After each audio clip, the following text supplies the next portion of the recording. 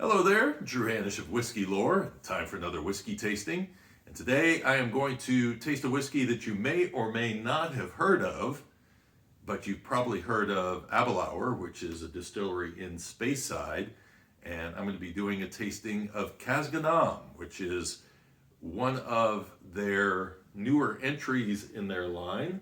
And according to Graeme Crickshank, who is their master distiller, the idea behind this whiskey is creating a whiskey that plays upon the love that people have for the cask strength A'bunadh, and those people who are probably more interested in what they get out of Aberlour 12, which is actually a marriage of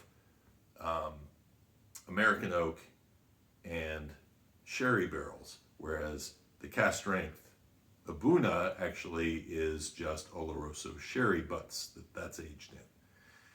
So this is a attempt to find some middle ground between those two whiskeys, according to him. So Casg Annamh, and you actually do pronounce the G. I've had some people say, oh, you pronounce the G like a K, like a hard K, but it's actually, you say it as one word, actually blended all together, Casg Annamh.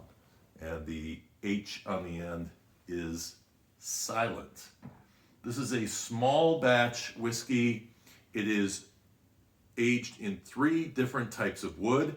It's in Oloroso sherry, rare casks, that's what Casg Annamh means. Casg Annamh, it's very easy to say the K in there. It's just a force of habit. So it's meaning finding the best of Oloroso sherry casks, as well as using an American oak barrel that's first fill and one that's second fill.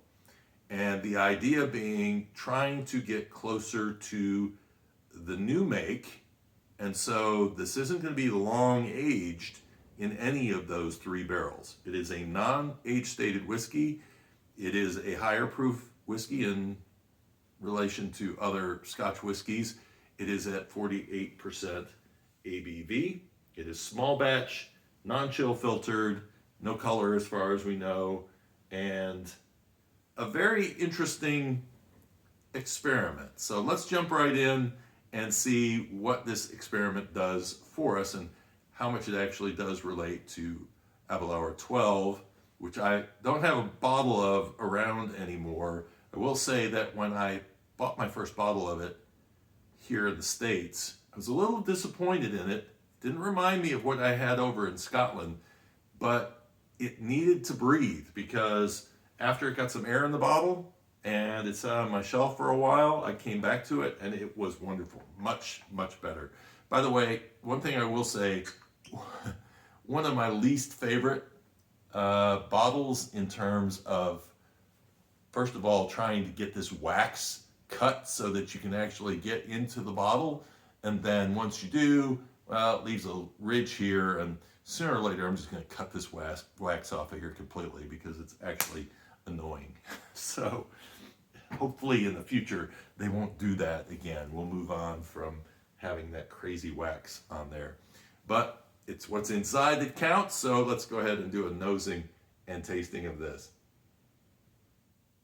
And yes, right off the bat, I do get some of that little bit of cinnamon that you get out of Aberlour A'bunadh. But the thing that really stands out to me are the dark fruits of the Oloroso sherry cask. So if they're trying to minimize that a bit, it's still there. It's still pretty strong.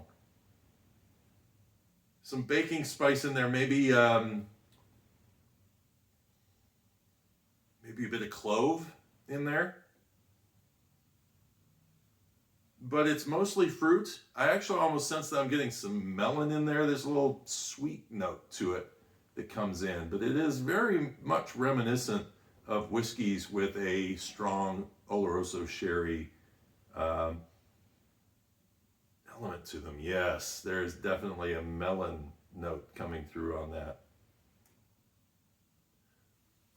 Cheers.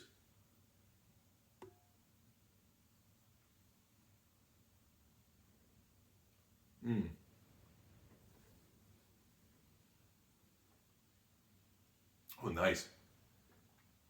There's a little maltiness to it, which is nice. Spicy. It dries out. It is not an overly sweet whiskey. If you think of something that may have some of a PX cask sweetness to it, this definitely does not have that. It dries out actually fairly quickly.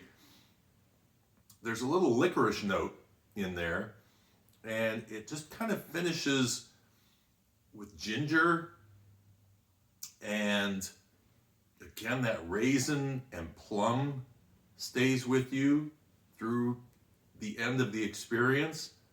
Nice mouthfeel to it. A lingering finish. Again, it reminds me a lot of something that has that Oloroso sherry influence, but I detected grain note, which I don't tend to get in other whiskeys from Aberlour, and so I'm thinking it's because this is a younger whiskey, and so it's probably showing through some of that new make spirit, which is exactly what the master distiller intended. So very interesting whiskey. It is one that, if you like A'bunadh, you're probably, I don't know if you're going to love this, but you'll like it. And if you're a fan of 12, this is going to be probably a little hotter. And so I don't know whether you're going to love it, but you'll probably like it because you're going to find some elements in it that are interesting. So it truly is a hybrid between the two.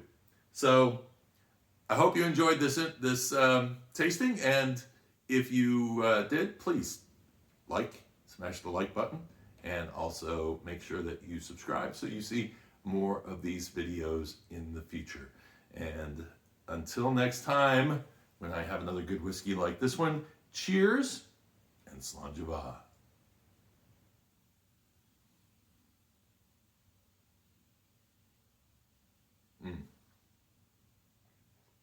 Not a lot of bourbon influence.